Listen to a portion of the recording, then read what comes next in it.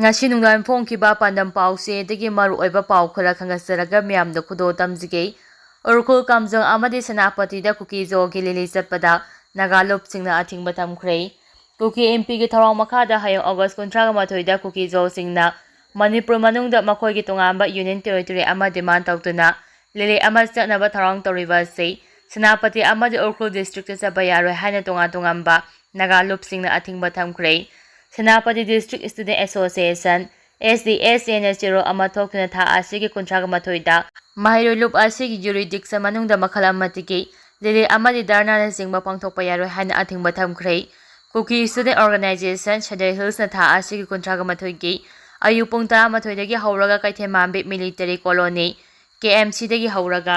Kangpopi District Headquarter fawba lili ama chatnaba lauthokhraba matungda SDSA na 0 ama thoktuna athingba asi thamkhibani SDSA na Run for Peace in Manipur haiba pandamda handakta inter sport meet ama pangthokhibada ngairi KSO Shadow Hills na mahake parent body oiriba Kuki MP Manipur na makhogi oiba lele ama silakpada pendaba su phongdorakli Manipur de mamang sahi gi me ahum dagi thokliba kangrup ki irang asida association asina nutrient oine lerakpaga loina Manipur de mahausa gi phibamda hanjilaknaba mari leinaba singda taksinuna lakhibani asiguma sera asida SDSA gi jurisdiction manungda lili ama chatnaba thorong tarakpa laibak chibani maram asina hariba lili asi association asigi jurisdiction manungda chatnaba khanghanbaga loina wafam asida thawoidaba tarabade maduda SDSA na tumina yengduna leiroi masida pamdaba thodok tholakpada madugi daija lili chiliba singna pogodabani haina section wafam thamlakli Hauzik Manipur da oiriba phibam masida naga miyamna pukning phatana laibinaba amadi association asida chawgatpinaba appeal taraduna association asina mipum khudimaki interest ondanaba matam pumbada honagani haina su phongdorakli panba yabadi Kuki-Zo gi tongamba union territory ama demand tawtuna Kuki MP gi thorong makhada KSO Shadow Hills Thada Student Association Shadow Hills Gangte Student Organization Shadow Hills Jillai Wafai Student Organization Shadow Hills na saugatuna Kangpopida su lili asi chatnaba tharong tawribani amaramna tangkhul katam naw saklong TKS na thokpa chero amana lupa sigi jurisdiction manungda lili amali darna na singba amata pangthokpa yaro haina athingba thamkhre August 13 da Kuki-Zo sini lili ama chatnaba lawthokhraba matungda athingba asi thamkhibani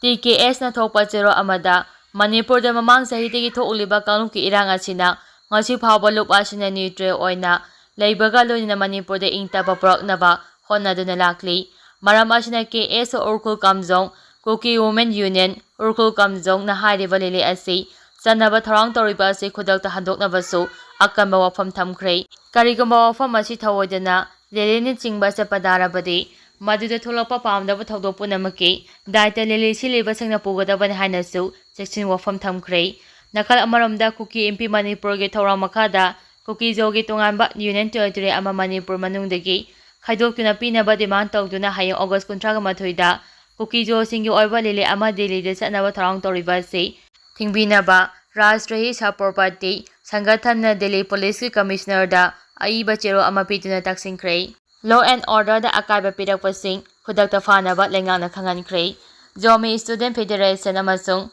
Kuki Student Organization na Kangpopida hayong August 13 da lili ama pangthongnaba lawthokpaga loinana lengaki loisangsing lana establishment sing mairoi sangsing thonglonaba khangankiba amaga mai lenina Manipur lengaki commissioner Home and Asok na chero amanga si thoktuna numi asida lengaki loisang mairoi sang amadi lana establishment khudingmak thonghangnaba khangankre masigi matangda center amadi state government institution singi mokok thongba singda khangankre loinana law and order akaiba pirakpa amadi pinaba hotnaba khudima khudakta fanaba amadi numit asida security gi akamba section thorangsing lakhonaba su khangankre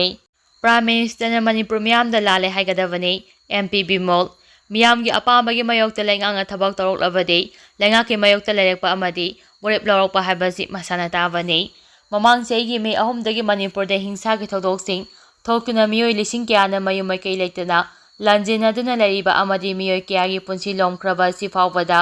Prime Minister na Manipur da nongmata laktabada Lok Sabha ki MP Dr. Akoy Jambimol na pendaba phongdokpaga loinana athupa matamda Prime Minister Manipurda laktuna isit asigi miyamda lale haijagadabani haina phongdokhrei. Tha taraga manga hena tangdu leitadaba phibam amada lairakpana Manipur miyam khamthengna awaba mayoknariba amadi hiram kayada sothariba asida centerna akama miyeng changduna athuba matamda Manipurgi irang asi loisinaba honagadabani haina India Manipur Parliamentary Constituency ki MP Dr. Bimo Akoijamna phongdokhrei. Manorama News Conference saruk yaraduna mathaki wafam asi Lok Sabha gi MP Akoijam Bimona phongdol aduna mahakna hai Manipurda hauji furuk marakta amana amagi marakta otnabagi thawngsing chathabaga loinana Manipur Conference asigi khamthengba chaitheng lamdam asigi miyamna mayoknari athuba matamda Manipurgi irang asi loisinaba centerna akamba thabak lokhataba tarabadi kingdom haibadu layaroi haibaga loinana Afghanistan oiriba phibam nanghongna ningsingki government asina Manipurgi irang asi loisinaba puksel sengna honabagi mamita de Cabinet manungda Manipur manungda khaidau khaijingi thawang chathaba pamba yauri British lenga matamda chatharaba khaidau khaijingi policy adu ngasigi India lenga asina makhata na chathaduna lairi hainasu maral siki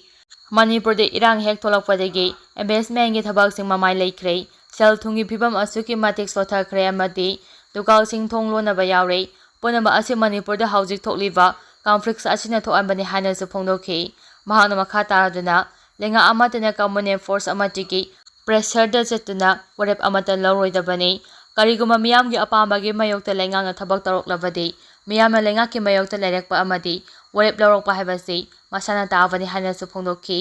amaramna tha taraga manga faraba Manipurgi irang asida leba asigi prime minister na nongmada laktriba asigi matangda Manipur miyamda prime minister na Manipur da laktuna lale haijagadabani hanasu MP Akoijam Bimona demand tawkhi Manipurgi irangda president na pukning changde haina Uddhav Thackeray na maral sikhrei tha taraga manga faraklaba Manipurgi irang asina maram oiduna nupi mathakta hingsagi thaudok kya thokliba asida leba asigi president Draupadi Murmu na karisu pukning changde amadi thawoidena laithokle hana Shiva Sena UBT gi chief Uddhav Thackeray na maral sikhrei ngarang leba asigi president Draupadi Murmu na thokpa statement amada nupi bo hanthana khanba singi mathakta leba asina chapchana thengnagani hana phongdokhiba ofam amabu reject tawraduna mathaki ofam ase phongdokhibani Kolkata gi Medical College ta PG tawbi nupi macha ama ija manghalaba matung hatkhiba thawdo amaga mai lenana president na mahaki ofam ase phongdokhibani Uddhav Thackeray na president gi ofam adubu reject tawraduna Manipur da mamang sahi gi May 3 dagi thokliba kangrup ki irang asida state asigi nupi kya gi ikai khumnaba mangkhibagi thawdo wathok kya ama thokhiba matamda president na khangsing osinaduna laithoki matam chana president na pukning changbiduna Manipur gi irang loisinaba hotnaramlabadi nupi gi mathakta chathaba hingsagi thaudok leba asida tholamdaba yabani hanasu phongdokhi hanagi Maharashtra gi chief minister Uddhav Thackeray na makha taraduna Manipur irang BJP na puksel sengna loisinaba hotnabagi mahut British matamda chatharamba divide and rule policy chathaduna lairi hanasu center lenga pu maral siki